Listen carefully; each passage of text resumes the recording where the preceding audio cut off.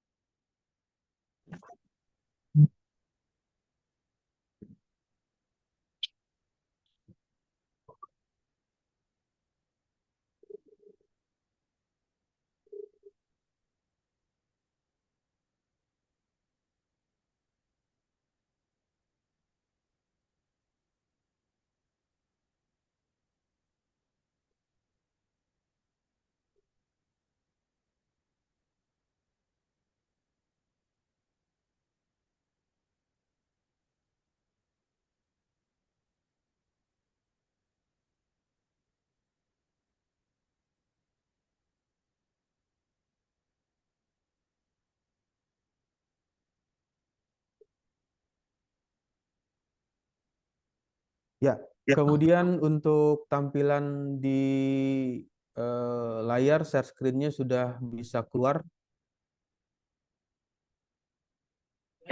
Sudah Pak.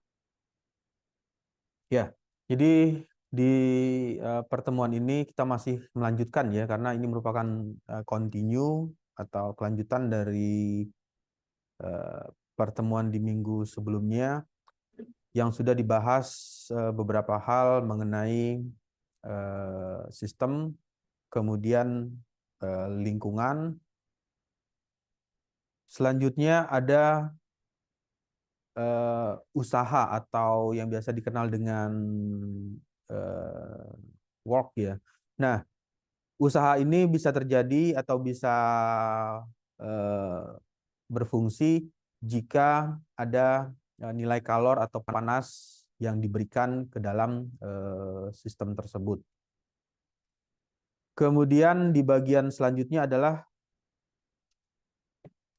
di bagian ini untuk usaha merujuk pada energi yang dipindahkan, jadi dari panas yang dimasukkan atau yang diberikan ke dalam sistem ini bisa menghasilkan eh, usaha. Kemudian di bagian selanjutnya sistem akan mendapatkan kerja. Nah, ketika sistem mendapatkan kerja inilah yang nantinya dikonversikan ke dalam bentuk energi yang lain. Ya, oke.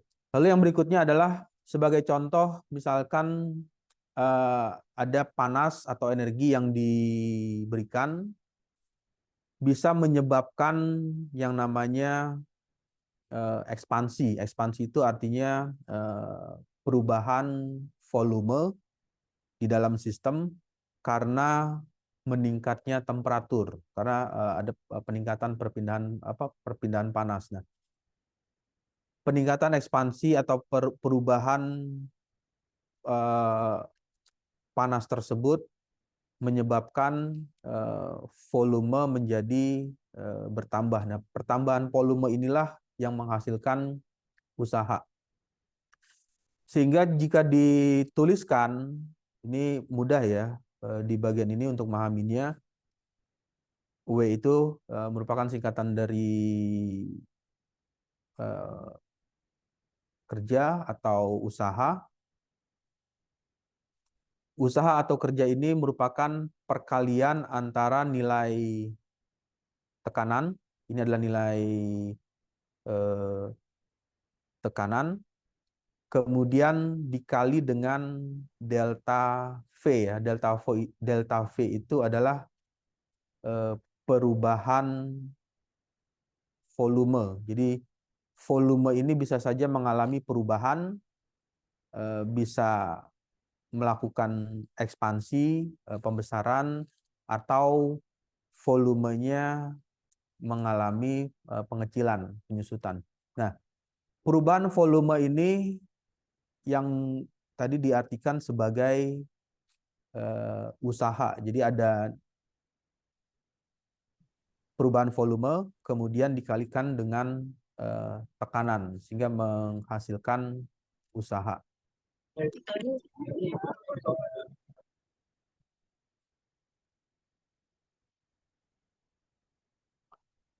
Lalu yang berikutnya, untuk memahami tentang usaha atau kerja yang dilakukan, di bagian ini bisa dituliskan ya, sesuai dengan persamaannya. Perubahan volume dikalikan dengan berapa besar tekanan yang diberikan. Nah, tekanan ini juga memberikan arti untuk nilai delta V ya. Delta V itu perubahan volume. Jadi pada saat volumenya mengalami penyusutan, dia akan bernilai negatif. Kemudian jika volumenya mengalami ekspansi atau pemuaian atau pembesaran, akan bernilai positif. Ya, di bagian ini adalah ilustrasinya ya. Ini merupakan yang tadi ilustrasi dari W. Ini adalah usaha. Kemudian fluida yang dipergunakan adalah fluida gas, menggunakan fluida gas. Lalu di dalam ini, di dalam sistem ya, di dalam sistem tersebut diberikan temperatur. Jadi temperatur inilah yang memberikan pengaruh terhadap ekspansi atau pembesaran volume. Nah, pembesaran volume inilah yang menghasilkan nilai usaha untuk bisa bergerak mendorong ke arah pembesaran. Ya. Nah, ini mudah ya untuk memahaminya, bagaimana proses kerja yang dihasilkan, yang ditimbulkan dari kenaikan temperatur. Jadi temperatur tersebut memberikan kenaikan dan menghasilkan perubahan volume. Lalu yang selanjutnya, untuk panas merupakan energi yang ditransfer dari sistem ke lingkungan, atau kondisi ini bisa saja dalam kondisi adiabatik ya, yang kemarin sudah diceritakan. Jadi tidak ada panas yang berpindah ke lingkungan, atau sebaliknya dari lingkungan juga tidak ada panas yang masuk ke dalam sistem.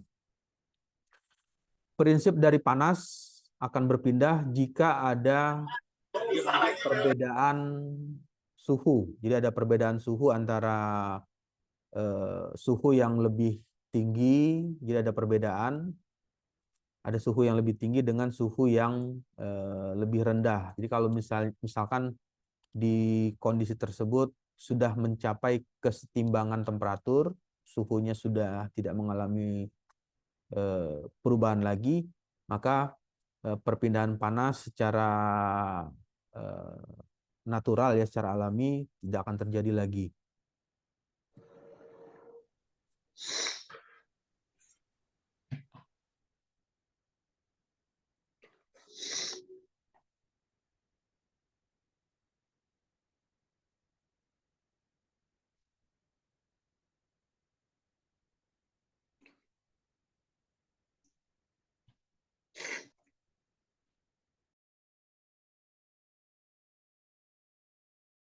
Ya, sampai di sini suaranya jelas terdengar ya.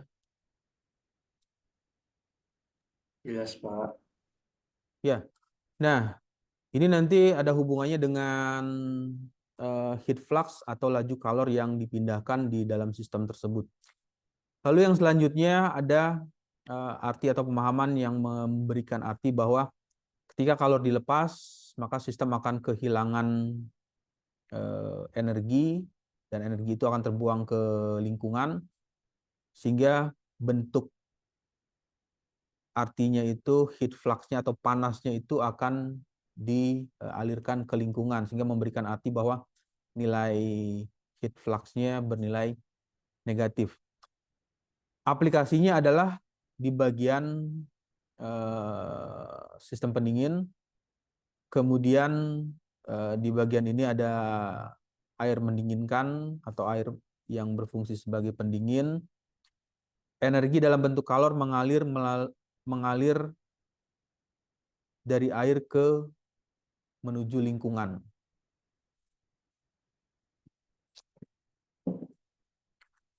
Kemudian yang berikutnya, bagaimana hubungan antara usaha dengan kalor. Usaha dengan kalor ini memiliki arti bahwa usaha dan kalor diatur oleh pendekatan ya, yang kemarin itu hukum pertama termodinamika. Ada yang masih ingat nggak apa bunyi hukum termodinamika yang pertama?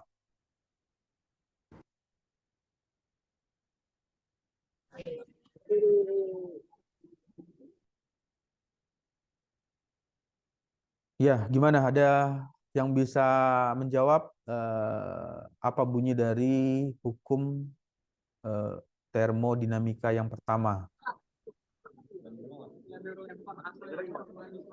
Apa dia? Tadi gua ketemu sumpah. Ya anjing.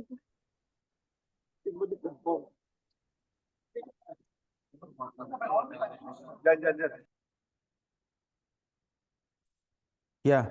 Nah, di bagian ini hukum termodinamika pertama menyatakan bahwa perubahan energi internal di suatu sistem adalah hasil dari jumlah kalor yang ditambahkan. Artinya, kalau dari hukum termodinamika yang pertama itu bisa diartikan bahwa energi tersebut dirubah. Energinya dirubah ke dalam bentuk energi yang lain.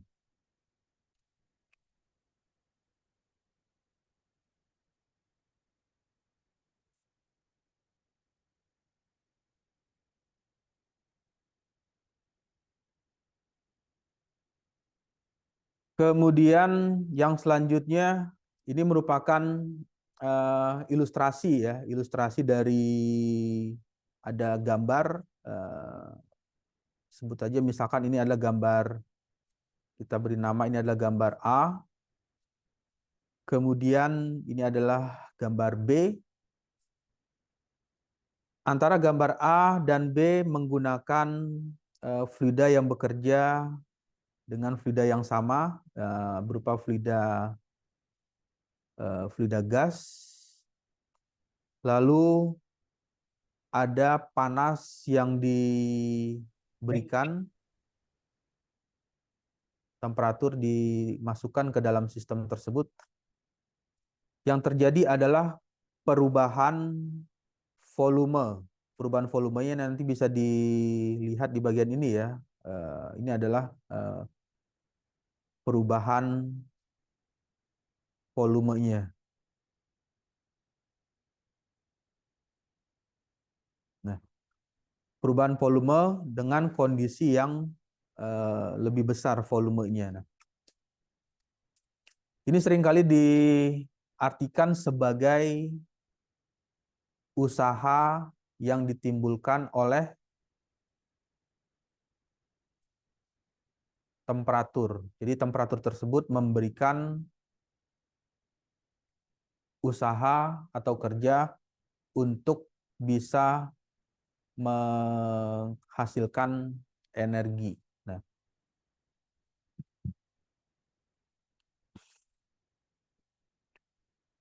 kemudian jika diteruskan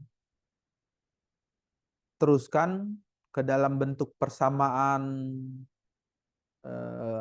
sederhana ya, persamaan matematika sederhananya,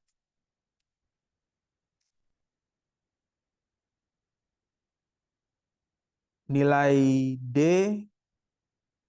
W sama dengan P dikali dengan DV. D ini bisa diartikan usahanya akan mengalami perubahan ya. Usaha akan mengalami perubahan ketika volume yang bekerja mengalami perubahan. Jadi pada saat volumenya mengembang dengan volumenya berkurang, ini berpengaruh terhadap usaha yang dihasilkan.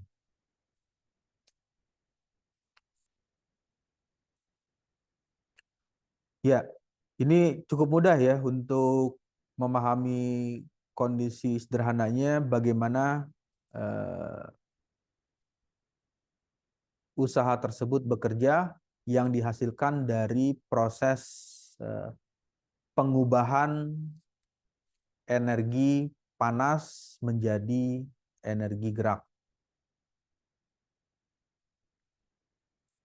Nah, ini sebagai ilustrasi dari kondisi yang lain. Jadi di bagian ini ada room atau ruangan yang ditampilkan ini ruangannya dengan kondisi tertutup ya, kondisi tertutup.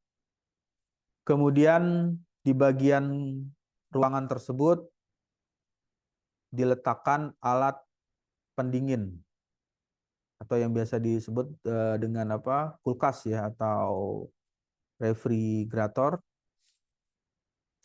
Kira-kira ada yang bisa menjelaskan nggak apa yang akan terjadi di dalam ruangan tersebut? Apakah ruangan yang tertutup ini akan panas atau ruangannya akan menjadi dingin dengan kondisi membuka pintu kulkas?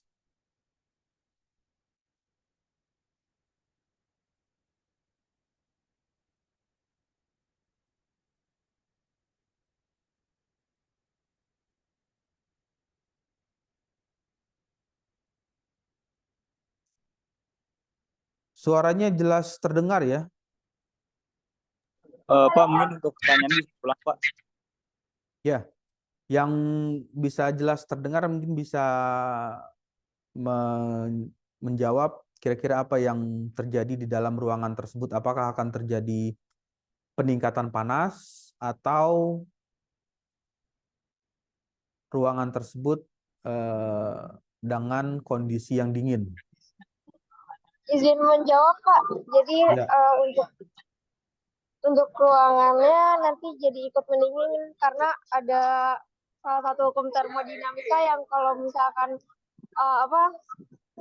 suatu suhu nih ketemu sama benda yang lain, nanti benda yang lain itu akan suhunya tuh jadi seimbang gitu, Pak. Jadi di dalam ruangannya akan dingin. Seperti itu ya? Ya. Nah, kita akan lihat bagaimana kondisinya dari penjelasan fenomena ini di bagian kondisi tersebut. Jika ada kulkas yang dibuka di dalam ruangan ya. Ini kan ada gambarnya kulkas atau untuk mendinginkan makanan atau apa saja yang dimasukkan. Kesimpulan yang didapatkan adalah jika ruangan itu adalah ruangan tertutup ya, ini kan ruangannya kondisinya tertutup ya, tertutup dan terisolasi, tidak ada tempat bagi energi panas keluar. Nah, akan menyebabkan suhu ruangan meningkat. Nah, kenapa suhu ruangannya meningkat? Karena di bagian ini bisa kita lihat ya penjelasannya. Fenomena ini dapat dijelaskan menggunakan konsep termodinamika, terutama berkaitan dengan hukum kedua ya mengenai transfer energi. Ada penjelasan mengenai entropi dan efisiensi energi. Lemari es adalah mesin kalor atau mesin panas terbalik ya, yang dikatakan terbalik itu beda halnya dengan seperti AC ya. Lemari es adalah mesin kalor terbalik mengambil energi panas dari dalam. Nah, jadi kalau misalkan ini di dalam lemari es ini diletakkan misalnya objek yang panas, misalnya kopi ya, atau cangkir kopi diletakkan di bagian ini, kemudian lemari tersebut ditutup, pintunya dirapatkan ya atau ditutup, maka kopi yang tadi temperaturnya misalnya dengan temperatur awalnya sekitar 80 derajat Celcius, secara perlahan akan turun suhunya. Jadi yang awalnya temperaturnya 80 derajat Celcius, lalu temperaturnya misalnya kalau temperatur di kulkasnya disetting dengan suhu sekitar 10 derajat Celcius, maka temperaturnya secara perlahan akan turun. Nah, tetapi di bagian ini, di kondisi yang ilustrasi gambar ini, dengan pintu yang terbuka, energi panas terus-menerus masuk ke dalam sini. Jadi ketika kulkas ini terbuka atau lemari pendingin ini dibuka, energi panas terus-menerus masuk ke dalam sistem pendingin. Mesin atau kompresor yang bekerja untuk membuang panas tersebut, karena kondisi ruangannya ini tertutup dan terisolasi, maka panas yang dibuang oleh lemari es akan meningkatkan suhu ruangan. Jadi ruangan di dalam sini, di dalam ruangan tertutup ini, ketika ini dilakukan, misalnya membuka kulkas di dalam ruangan tersebut, ruangannya tidak akan berubah menjadi dingin atau menurunkan temperatur di dalam ruangan. Karena ruangannya, kondisinya, sistemnya terisolasi.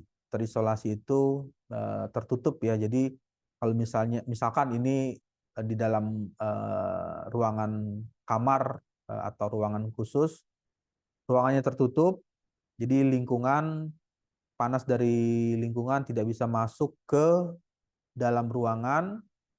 Begitu juga sebaliknya, di dalam ruangan ini panas tidak bisa keluar ke lingkungan. Nah, Hal inilah yang menyebabkan panas yang dibuang oleh lemari es atau sistem pendingin tersebut, yang ini sistem pendinginnya, akan meningkatkan suhu ruangan secara keseluruhan. Jadi secara perlahan ruangan di dalam sini ya, ruangannya akan menjadi panas. Ruangannya akan meningkatkan, suhunya akan meningkat di dalam ruangan tersebut. Berbeda halnya dengan sistem pendinginnya berupa AC ya, atau air conditioner, atau sistem pendingin pengkondisian udara. Ini akan berbeda.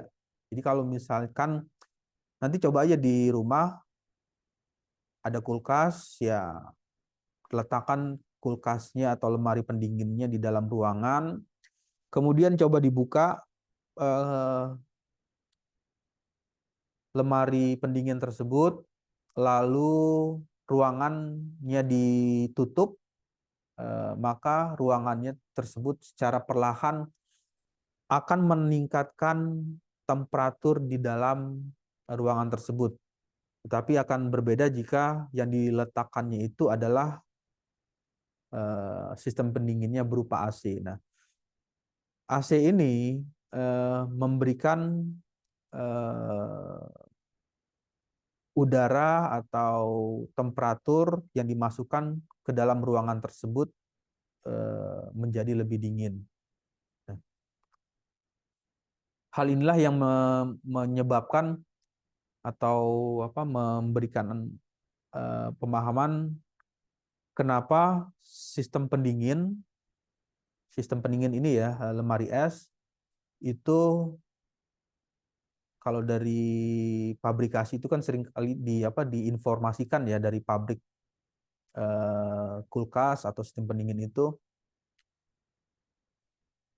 dilarang membuka pintu kulkas ya atau pintu lemari pendingin itu dengan kondisi yang lama, karena menyebabkan kerja kompresornya atau mesin kompresornya akan bekerja menjadi lebih berat lagi kerjanya, karena di sistem pendingin ini, sistem pendingin kulkas ini prinsipnya adalah mengambil energi panas dari dalam dan membuangnya ke lingkungan. Berbeda dengan AC ya. Kalau AC mengambil energi panas dari luar, lalu didinginkan, udara yang dingin dimasukkan ke ruangan tersebut. Nah, inilah yang membedakan antara cara kerja sistem pendingin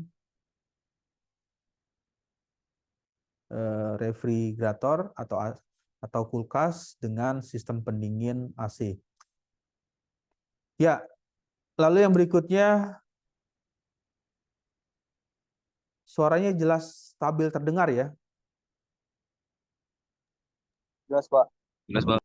Sampai sini ada pertanyaan atau ada yang mau ditanyakan mengenai ilustrasi sederhana ya dari sistem pendingin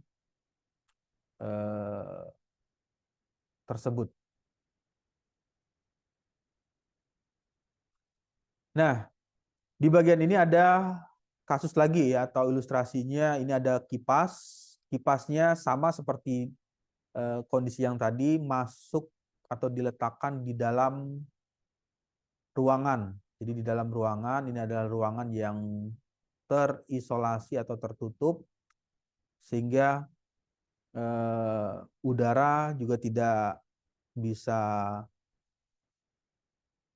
keluar ke lingkungan, begitu juga sebaliknya dari lingkungan juga tidak bisa masuk ke dalam sistem ini, ke ruangan tersebut. Kipas angin yang sedang beroperasi di dalam ruangan yang tertutup, rapat, dan terisolasi dengan baik. Konsep termodinamika dapat digunakan untuk menjelaskan mengapa suhu di dalam ruangan tersebut akan meningkat meskipun fan atau kipas ini dihidupkan. Jadi ketika menghidupkan ya atau menggunakan kipas angin, itu idealnya ketika ingin mendapatkan suhu yang mengalami penurunan atau ruangan tersebut menjadi lebih rendah nilai suhunya, dibutuhkanlah adanya ventilasi atau lubang kecil atau bagian yang tertentu ya di salah satu dindingnya diperlukan lubang untuk bisa membantu menurunkan suhu yang ada di dalam ruangan tersebut.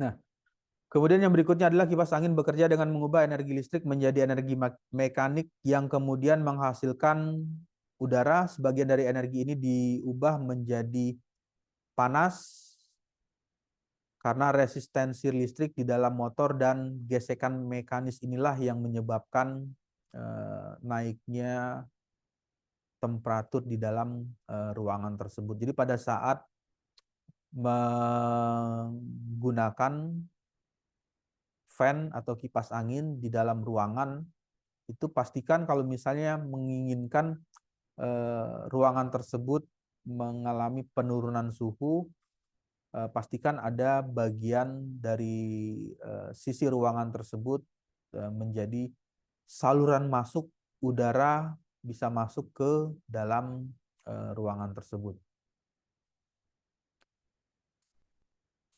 Ya, lalu yang berikutnya mengenai pendekatan, atau ini sudah umum ya, hukum Boyle atau hubungan antara nilai pengaruh volume terhadap tekanan dengan kondisi nilai temperaturnya dengan keadaan yang konstan. Ini bisa dilihat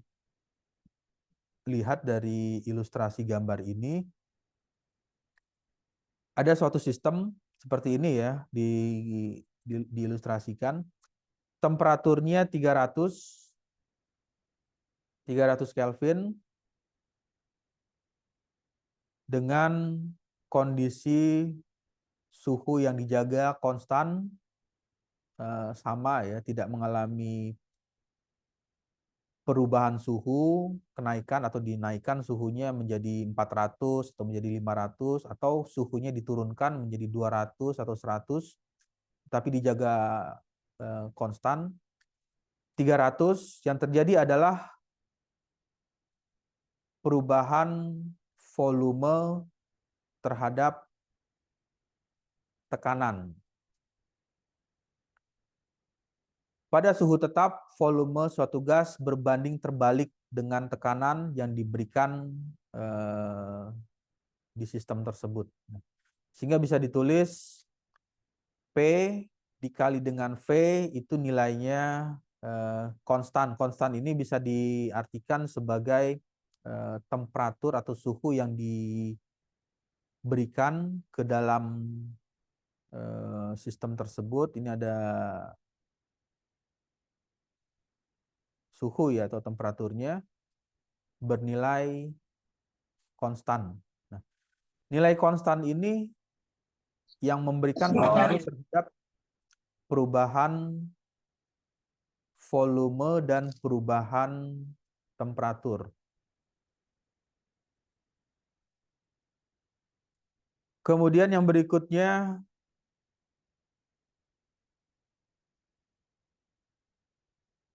temperaturnya divariasikan. Kalau tadi temperaturnya konstan, kalau yang ini temperaturnya mengalami perubahan. Jadi temperaturnya berubah bisa dilihat ya ilustrasinya. Temperaturnya mengalami perubahan dari suhu sekitar 200 derajat Celcius naik menjadi sekitar 400 derajat, mengalami perubahan, sehingga bisa diartikan dari kondisi seperti ini pada tekanan tetap volume suatu gas berbanding lurus dengan suhu absolut. Suhu absolut itu ya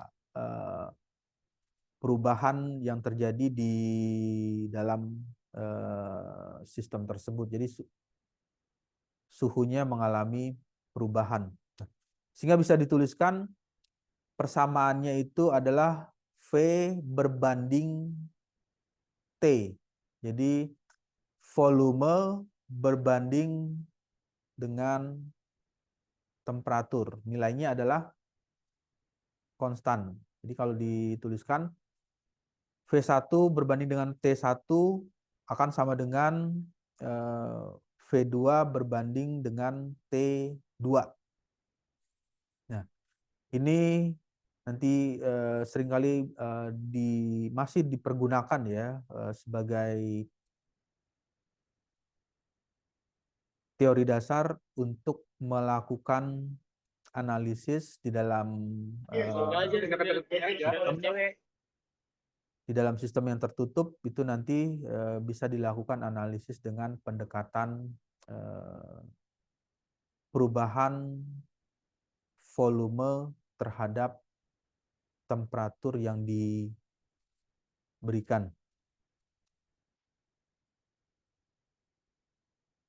Lalu yang bagian berikutnya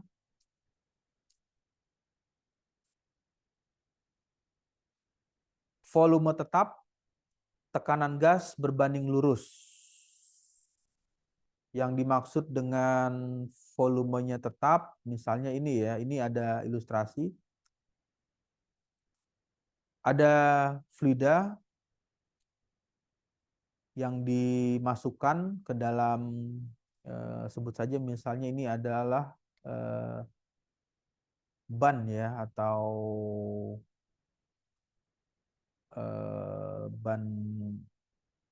ban mobil. Kemudian ban mobil tersebut dimasukkan udara dengan volume yang tetap. Kenapa volumenya tetap? Karena kondisinya terisolasi. Jadi di bagian ini ada isolasi udara. Udaranya tidak keluar ke lingkungan, begitu juga sebaliknya dari lingkungan juga tidak masuk lagi ke dalam ban tersebut. Yang dilihat adalah hubungan antara nilai tekanan terhadap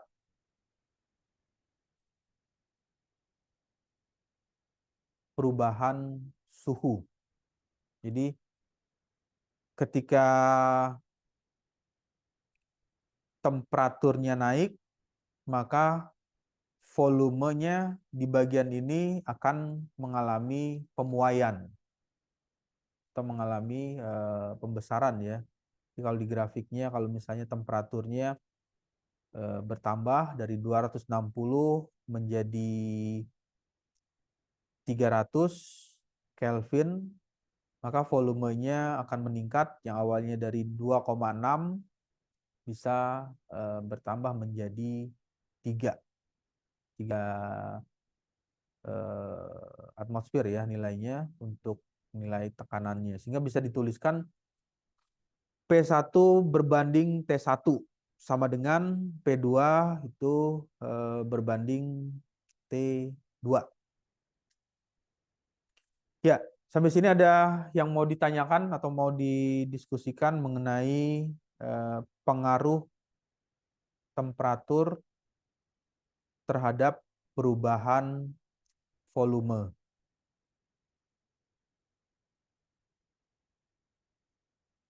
Ya, oke. Kalau tidak ada pertanyaan, saya akan masuk lagi ke materi berikutnya. Untuk tampilan share screen-nya, suaranya bisa jelas stabil terdengar ya.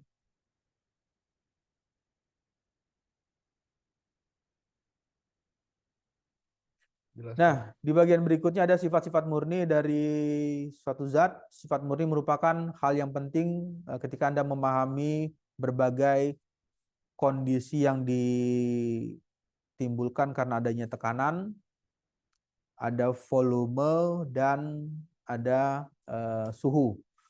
Zat murni adalah bagian yang merupakan substansi atau bagian unsur yang memiliki komposisi kimia yang seragam, karena di bagian ini masih belum bercampur ya dengan zat yang lain, jadi masih dengan kondisi seragam dan konsisten di seluruh bagiannya. Jadi semua unsurnya atau bagian dari zat murni tersebut mempunyai komposisi kimia yang seragam.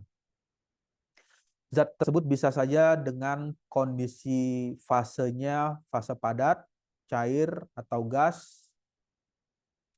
Kemudian sifat zat murni ini dikelompokkan, ada sifat ekstensif dan intensif. Nah, ini merupakan bagian yang penting. Nanti kita akan coba bahas bagian sifat ekstensif dari zat murni.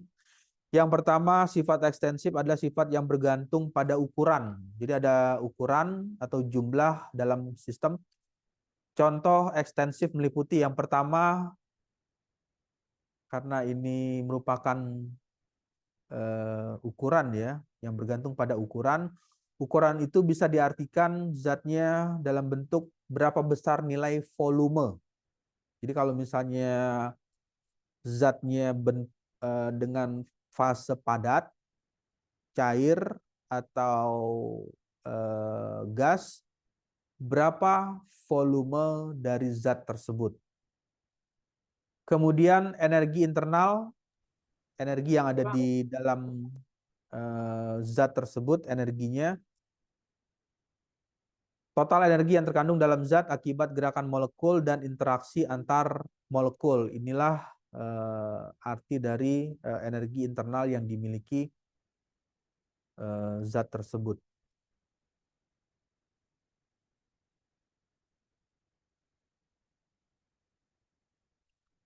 Lalu yang selanjutnya,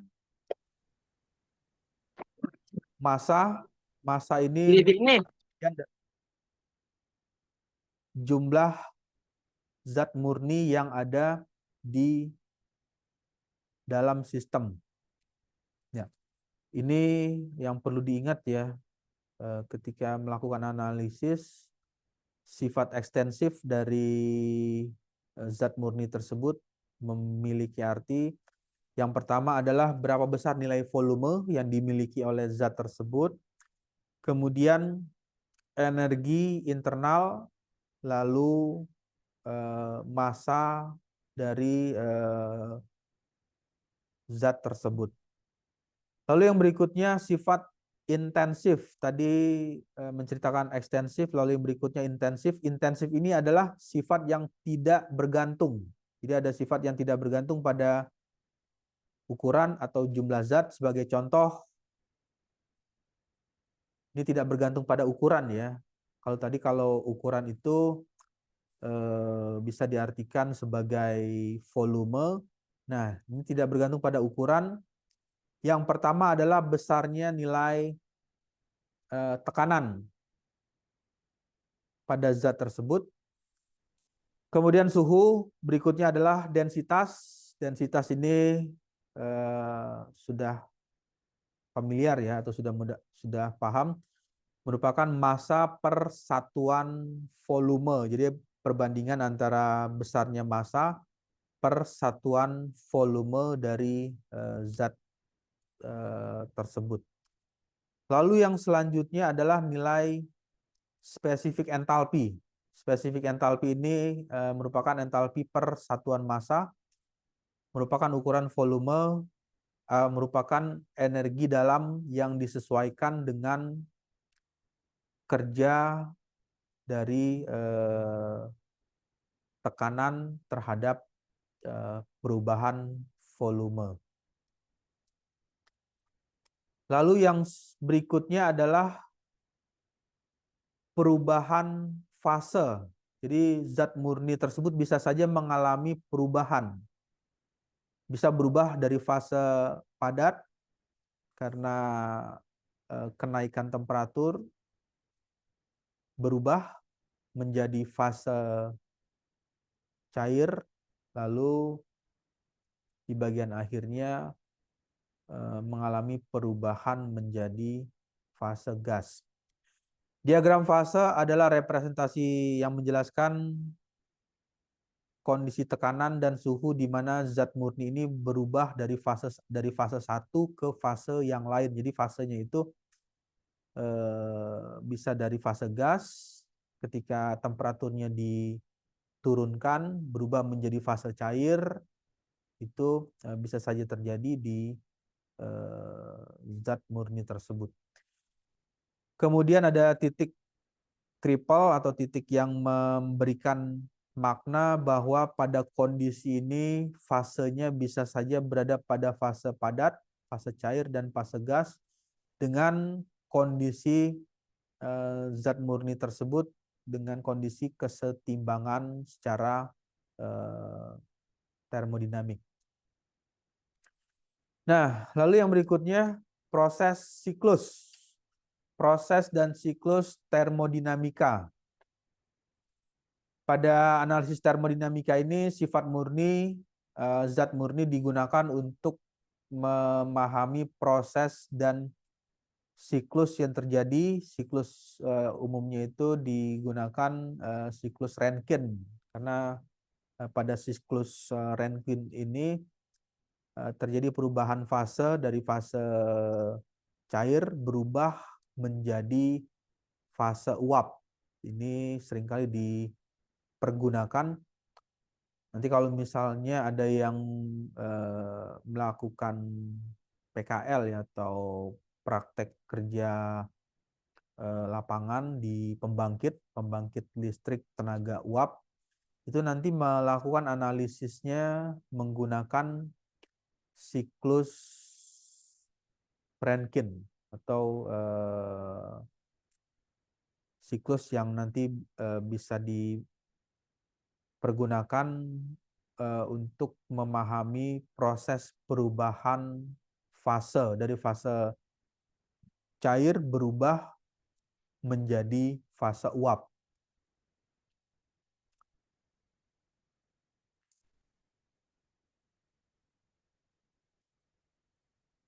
Nah, lalu yang berikutnya ada bagian selanjutnya fungsi keadaan yang biasa dikenal dengan namanya state. State ini atau fungsi keadaan adalah properti yang ada pada keadaan saat ini dari sistem, tidak pada cara bagaimana keadaan tersebut dicapai. Nah, keadaannya nilai berapa besar nilai entalpi yang dihasilkan, kemudian entropi ini ketidakteraturan dari partikel dalam bentuk fase cair, fase padat, atau fase gas, kondisinya dengan kondisi yang berbeda.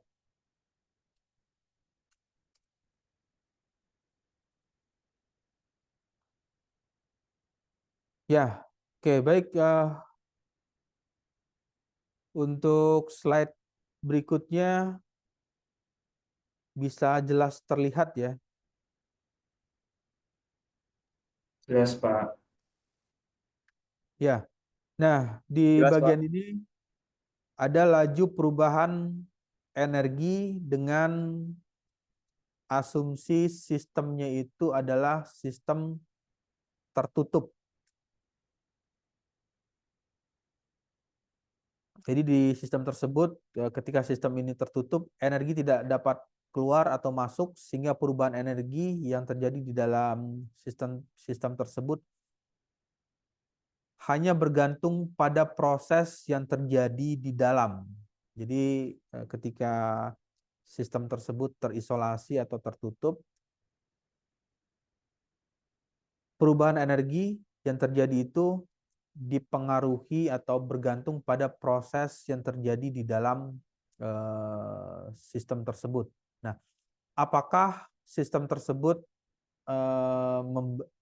memberikan menghasilkan atau memberikan penambahan atau pengurangan kalor, dan ini akan berpengaruh terhadap kerja atau usaha yang dihasilkan. Ya, sehingga bisa ditulis delta U ya. Delta U ini laju perubahan energi.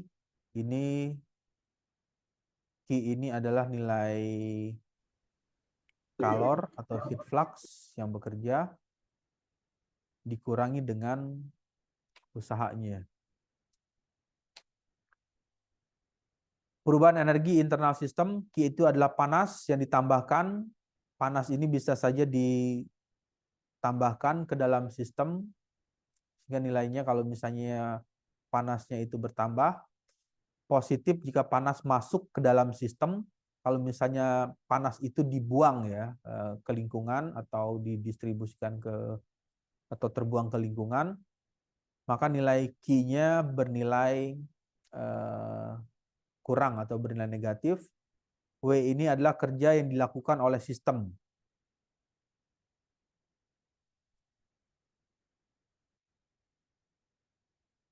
Lalu yang selanjutnya, bagaimana laju perubahan energi? Untuk laju perubahan energi di dalam sistem tertutup, perlu mengetahui bagaimana energi internal,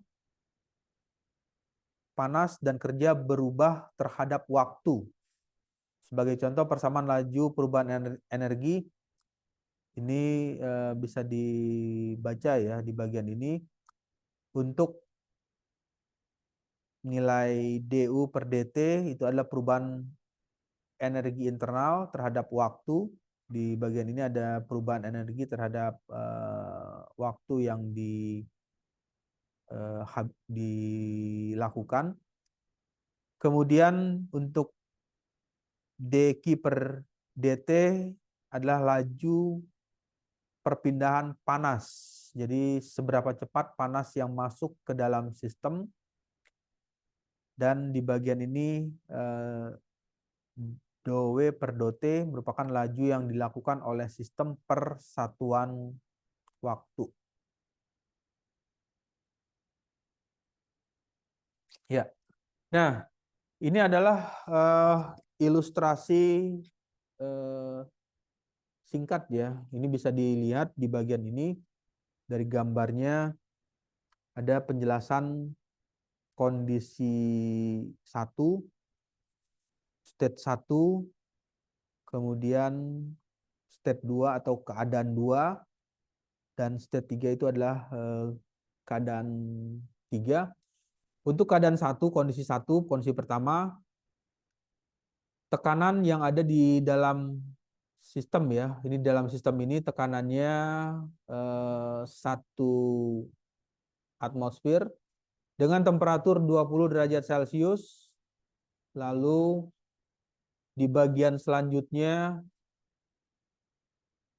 temperatur dengan kondisi yang sama 1 atmosfer, terjadi perubahan kenaikan suhu. Jadi kenaikan suhunya mengalami perubahan dari temperatur 20 berubah menjadi 100 derajat Celcius. Tetapi di bagian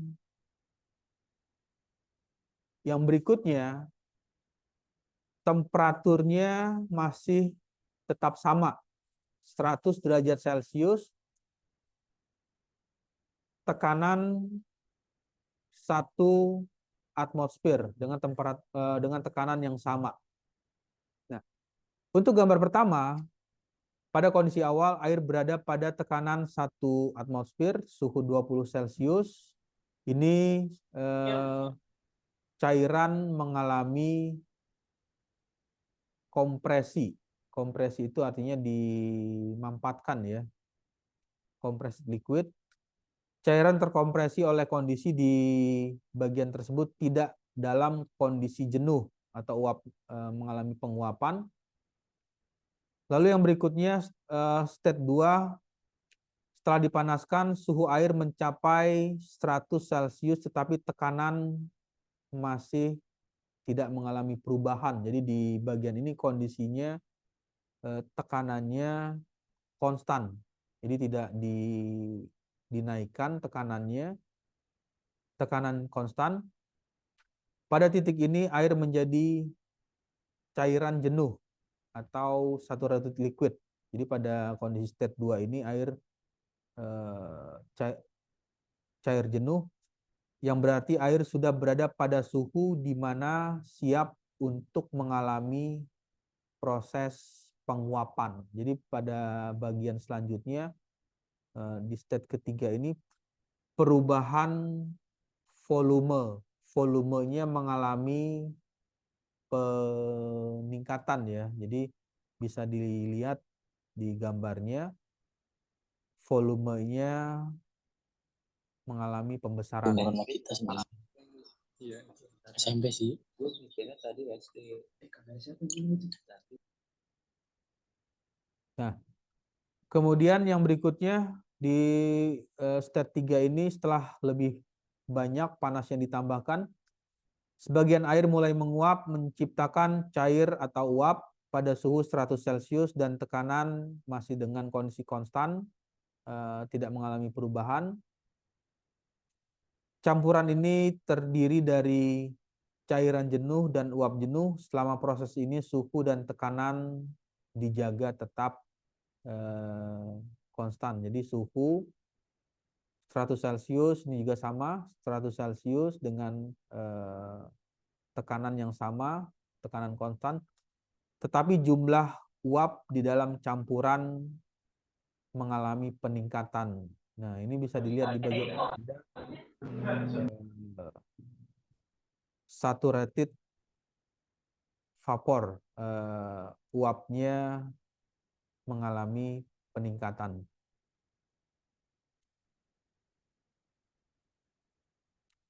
Nah, ini seringkali dipakai atau dipergunakan konsep termodinamika untuk proses isobar. Prosesnya isobarik ya, sesuai dengan namanya. Iso itu artinya sama. Tekanannya sama, 1 atmosfer, ini juga sama, 1 atmosfer, ini juga sama, 1 atmosfer. Seluruh proses terjadi pada tekanan konstan. Kemudian yang di bagian berikutnya pendidihan dan penguapan. Ada proses pendidihan di bagian ini yang awalnya suhu di dalam sistem tersebut 20 Celcius, kemudian berubah mengalami peningkatan menjadi 100 Celcius, terjadilah proses pendidihan dan penguapan yang diikuti dengan perubahan nilai kalor ya. Nilai kalor latennya itu, kalor laten itu adalah panas yang mampu merubah fase dari fase cair berubah menjadi fase uap. Nah, ini yang di minggu sebelumnya sudah dibahas ya atau diceritakan pengaruh temperatur terhadap perubahan volume. Nah, dari 1 ke 2 ini ada proses kompresi, proses pemampatan dari titik 1 ke 2. Ini liquid atau cairan tersebut dimampatkan dari 1 ke 2. Pada tahap ini zat berada dalam fase cair terkompresi, suhu cairan berada di bawah titik didih. Jadi di bawah titik didih itu ya kalau misalnya menggunakan fluidanya itu adalah air, masih di bawah 100 derajat. Artinya suhu cairan berada di bawah titik didih pada tekanan yang dipergunakan, tekanan 1 atmosfer. Cairan ini belum mencapai titik didih sehingga tidak ada pembentukan uap. Jadi pada bagian dari 1 ke 2 ini belum terbentuk proses penguapan. Lalu yang berikutnya dari 2 ke 3, dari 2 menuju 3 ya. Saturated liquid to saturated vapor. Pada titik ini cairan mencapai titik didihnya dan mulai secara perlahan menjadi uap tanpa memberikan peningkatan suhu lebih lanjut. Jadi kalau misalnya tadi suhunya ini 20 ke 100 derajat Celcius, dari 2, 3 sampai ke 4 ini suhunya tetap konstan ya, dengan suhu 100 derajat. 100 derajat Celcius tanpa peningkatan suhu lebih lanjut yang disebut dengan namanya itu saturated mixture atau campuran jenuh. Jadi antara cair dengan kondisi uap. Selama fase ini cairan berubah menjadi uap dengan peningkatan volume spesifik. Nah, di bagian dari 3 ke 4 ini ada sudah mulai terbentuknya fase uap. Jadi di 3 ya, 3 ke 4 ini ada sudah mulai mengalami perubahan. Saturated vapor, pada titik ini semua cairan berubah secara perlahan ya menjadi uap jenuh pada suhu dan nilai tekanan konstan. 3-4 superheated vapor. Nah, ini sudah mulai mengalami 3-4 dan seterusnya. Sudah mengalami perubahan menjadi uap, dari fase cair berubah menjadi uap. Titik 4 ke 5 saturated superheated vapor, fase ini menunjukkan bahwa zat berada dalam fase uap di mana tekanan konstan tetap dipertahankan namun suhunya terus bertambah ya. Dari 4 ke 5 ini kalau diteruskan grafiknya akan terus ke atas. Itu suhunya akan mengalami peningkatan. Nah, lalu yang berikutnya bagaimana memahami atau membaca tabel. Ini seringkali ditemukan atau dikeluarkan di termodinamika ya. Nanti ada tabel, nanti bisa lihat di e-book itu ada tabel. Di bagian indeks itu ada tabel. Tabelnya sebagai contoh ini yang ditampilkan tabel tekanan jenuh atau saturation pressure, hubungan antara nilai temperatur dalam satuan yang dipergunakannya itu Celcius dan tekanan jenuh. Nah, tekanan jenuh atau saturation pressure adalah tekanan di mana fase cair dan uap dari suatu zat berada dalam keseimbangan pada suhu tertentu. Pada tekanan ini cairan mulai mendidih atau menguap dan uapnya mulai terjadi titik embun ya atau pengembunan kembali menjadi cairan. Lalu bagaimana hubungan suhu dan tekanan jenuh? Ini bisa dilihat di bagian ini. Ini ada misalnya sebagai contoh ya. Di bagian ini suhunya 100 Celcius, 100 derajat. tekanan jenuh yang didapatkan itu nilainya 101,4 kilo Pascal. Nah, ini bisa dilihat di bagian ini ketika nilai temperaturnya dinaikkan, misalnya dari negatif ya,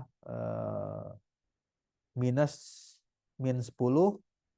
temperaturnya bertambah, min 5, kemudian normal, lalu temperaturnya meningkat, 5, 10, 15, 20, 25, 30, 40, sampai 100 derajat Celcius.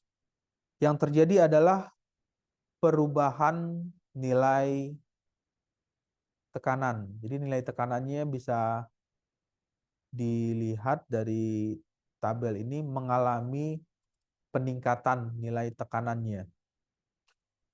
Yang awalnya nilai tekanannya 0,26 kilopascal, kemudian meningkat menjadi 1,71 kilopascal untuk temperatur 15 derajat Celcius. Tekanannya 1,71.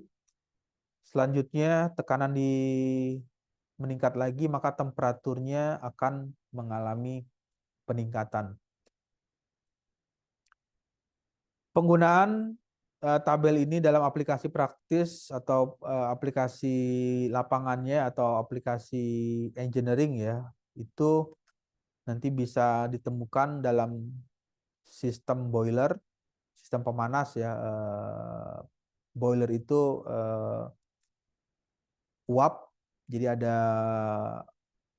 fluida air yang dimasukkan ke dalam sistem tersebut, kemudian dipanaskan sampai fluida tersebut mengalami perubahan fase dari fase cair menjadi fase uap yang dilalui atau melalui fase proses titik didih. Dari titik didih ini menghasilkan uap, itu nanti bisa dilihat menggunakan tabel 3.1. Sistem boiler, sistem pendingin, refrigeran, kemudian siklus pembangkit listrik tenaga uap ya. Itu menggunakan tabel ini. Contoh mesin uap, kemudian tabel ini juga bisa digunakan untuk memahami hubungan antara suhu dan tekanan jenuh.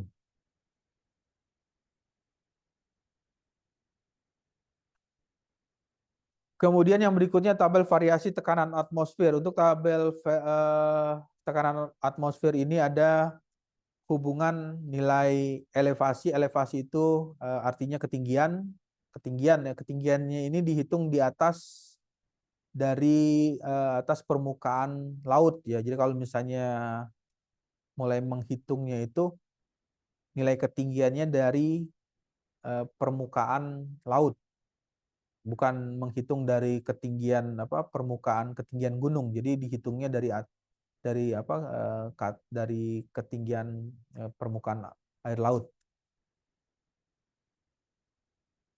Lalu tekanan atmosfer. Ini merupakan tekanan atmosfer, menunjukkan tekanan atmosfer pada berbagai ketinggian dengan satuan umumnya itu dipergunakan kilopascal. Selanjutnya boiling temperatur. Boiling temperatur ini adalah titik didih, menunjukkan suhu titik didih air pada berbagai ketinggian dalam satuan derajat Celcius. Semakin tinggi ketinggian, semakin rendah suhu titik didih air. Nah, ini nanti bisa dicoba ya, atau dicoba dilakukan.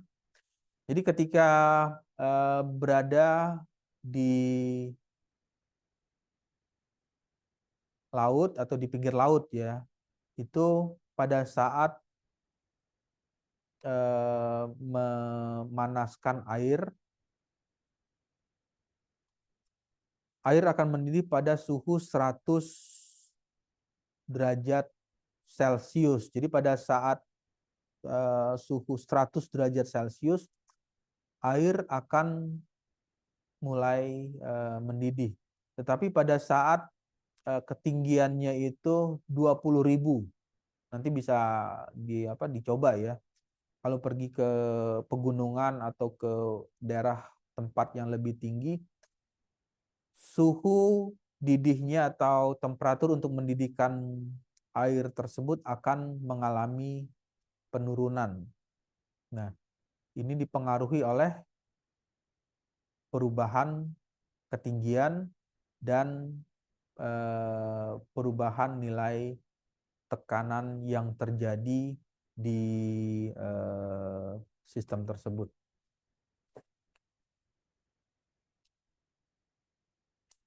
Lalu yang berikutnya adalah entalpi. Ini entalpi ini seringkali dipergunakan juga di termodinamika untuk kondisi bagaimana memahami perubahan energi di dalam sistem yang melibatkan ada pengaruh panas dan tekanan secara konstan. Entalpi secara persamaan atau di rumus ya, persamaannya itu seringkali dituliskan dalam notasinya itu dengan simbol H.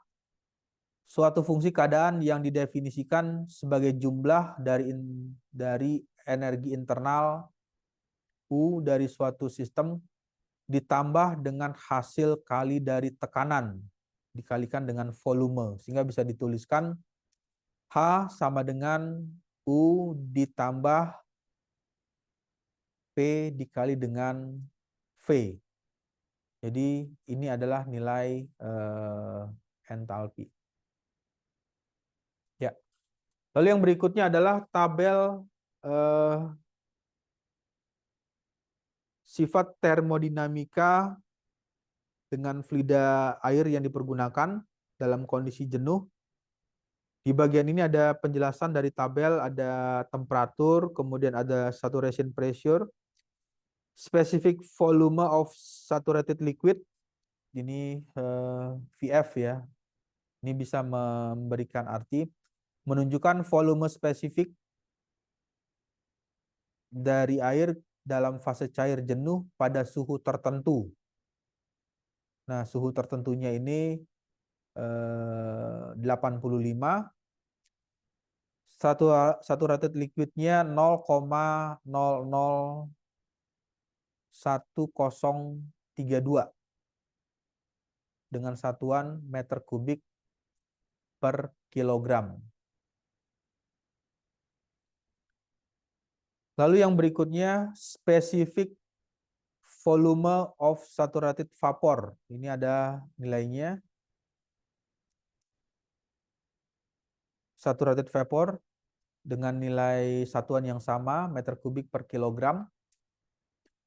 Jadi tabel ini seringkali digunakan untuk melakukan analisis pada siklus uap, terus pembangkit tenaga dan proses yang terjadi secara perpindahan panas.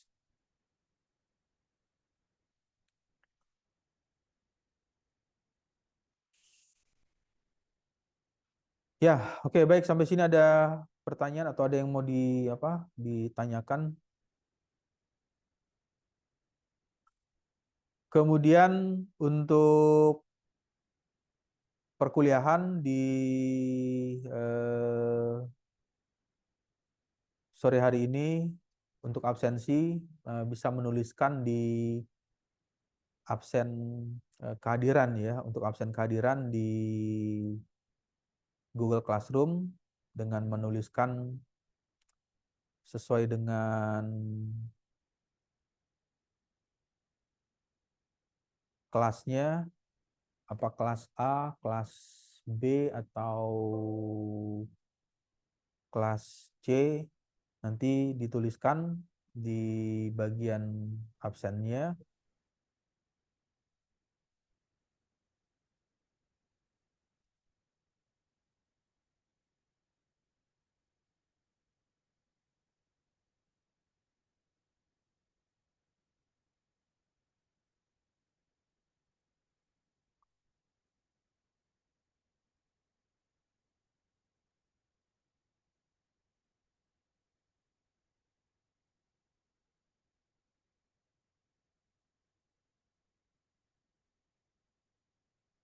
Ya, jika tidak ada diskusi atau ada yang mau ditanyakan, untuk feedback dari pertemuan minggu ketiga ini,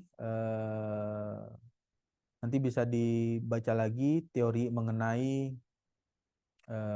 entalpi ya. Tadi sudah diceritakan atau dibahas secara singkat seperti apa entalpi, lalu bagaimana menghitung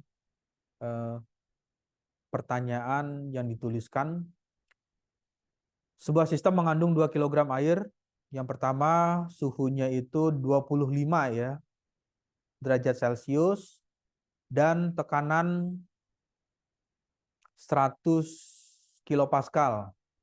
Air kemudian dipanaskan hingga mencapai 100 derajat. Jadi ada perubahan suhu di sistem ini. Di sistem ini mengalami perubahan suhu dari 25 berubah menjadi 100 derajat Celcius pada tekanan yang sama dengan menggunakan asumsi kapasitas kalor air nilai Cp-nya itu adalah 4,18 kilojoule per kilogram. Hitung perubahan entalpi sistem selama pemanasan tersebut. Lalu yang selanjutnya, jika ada reaksi pembakaran. Ini kalau tadi air di dalam sistem, ini ada reaksi pembakaran. Jadi proses pembakaran ya. Pembakaran itu terjadi jika ada bahan bakar, kemudian jika ada oksigen yang masuk ke ruang bakar tersebut. Di bagian ini yang dianalisisnya adalah reaksi pembakaran. Reaksi pembakaran terjadi pada tekanan konstan 1 atmosfer.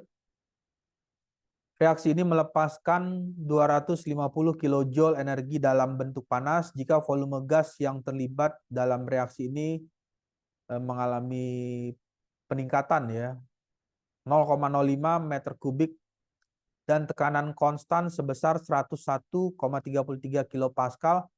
Hitunglah perubahan entalpi pada sistem tersebut. Lalu bagian selanjutnya, sistem awalnya memiliki entalpi. Nah, ini yang diketahui itu adalah nilai entalpi ya. Nilai entalpinya 500 kilojoule. Selama suatu proses, sistem menerima panas sekitar 150 kilojoule dan melakukan kerja sebesar 50 kilojoule pada lingkungan. Hitunglah berapa nilai entalpi akhir dari sistem tersebut. Lalu yang selanjutnya ada reaksi endotermik. Reaksi endotermik membutuhkan 300 kilojoule energi untuk berlangsung pada tekanan konstan. Jadi reaksi ini berlangsung pada tekanan konstan. Jika volume gas menurun sebesar 0,02 meter kubik selama reaksi ini dan tekanan konstan 101,33 kPa, yang menjadi pertanyaan berapa besar perubahan entalpi pada sistem tersebut. Selanjutnya, jika reaksi kimia pada tekanan konstan menghasilkan entalpi sebesar 500 kJ, volume gas yang dihasilkan reaksi 0,1 meter kubik, hitunglah panas yang dilepaskan oleh reaksi tersebut jika tekanan yang diberikan 100 kPa, kilopascal. Yang berikutnya, nomor 6, silinder. Ini ada hubungan seperti kondisi yang tadi ya, piston atau silinder. Silinder berisi gas ideal yang mengalami ekspansi. Ekspansi itu peningkatan jumlah volume. Jumlah volumenya mengalami peningkatan ya, yang awalnya volume awalnya itu 1 meter kubik berubah menjadi 3 meter kubik. Tekanan awal gas 300 kilopascal jika asumsi yang dipergunakan bahwa gas adalah udara dengan nilai YAU-nya itu 1,4. Hitung usaha yang dilakukan oleh gas selama ekspansi tersebut. Jadi berapa besar nilai usaha ya. Tadi sudah diceritakan usaha atau W, berapa besar nilai usahanya. Jika gas ideal mengalami ekspansi isobar, tekanannya ini kondisinya konstan dari volume awal 2 meter kubik ke volume akhir 5 meter kubik. Jadi mengalami perubahan volume dari 2 berubah menjadi 5 dengan nilai tekanannya konstan, tekanan konstan. Berapa usaha yang terjadi oleh sistem selama ekspansi tersebut? Kemudian yang ke-8, gas ideal dikompresi secara isotermal dengan suhu konstan dari volume 10 meter kubik menjadi 4 meter kubik. Jika tekanan awal gas adalah 200 kPa, yang menjadi pertanyaan, hitung berapa usaha yang dilakukan. Ini yang menjadi pertanyaannya itu usaha yang dilakukan pada sistem selama kompresi isotermal tersebut. Kemudian gas mengembang dari volume 0,5. Di bagian selanjutnya ini 0,5 meningkat menjadi 2. Jadi bertambah 1,5 ya, 1,5 meter kubik. Kondisinya proses termodinamika terjadi secara adiabatik dengan tekanan awal 150 kPa dan tekanan akhir 50 kPa. Hitung usaha yang dilakukan oleh sistem selama proses adiabatik. Jadi ini prosesnya proses adiabatik. Lalu yang selanjutnya, yang di bagian terakhir, gas mengalami ekspansi isobar. Jadi asumsinya sama ya, tekanannya tidak mengalami perubahan 250, tetapi yang berubah itu adalah volumenya. Dari 3 meter kubik berubah menjadi 6 meter kubik. Yang menjadi pertanyaan, hitung berapa usaha yang dilakukan oleh gas selama ekspansi tersebut terjadi.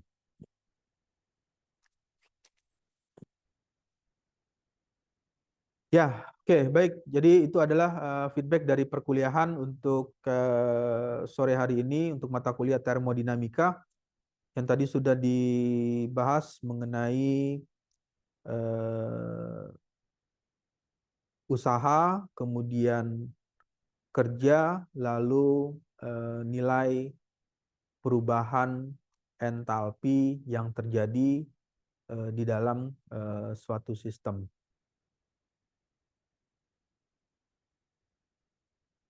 Ya, karena tidak ada pertanyaan atau tidak ada yang mau ditanyakan untuk pertemuan hari ini, mungkin saya rasa cukup di pertemuan sore hari ini untuk mata kuliah termodinamika. Lalu untuk absensi, jangan lupa menuliskan absensi kehadiran ya di Google Classroom sesuai dengan kelasnya, kelas A, B, atau C dituliskan.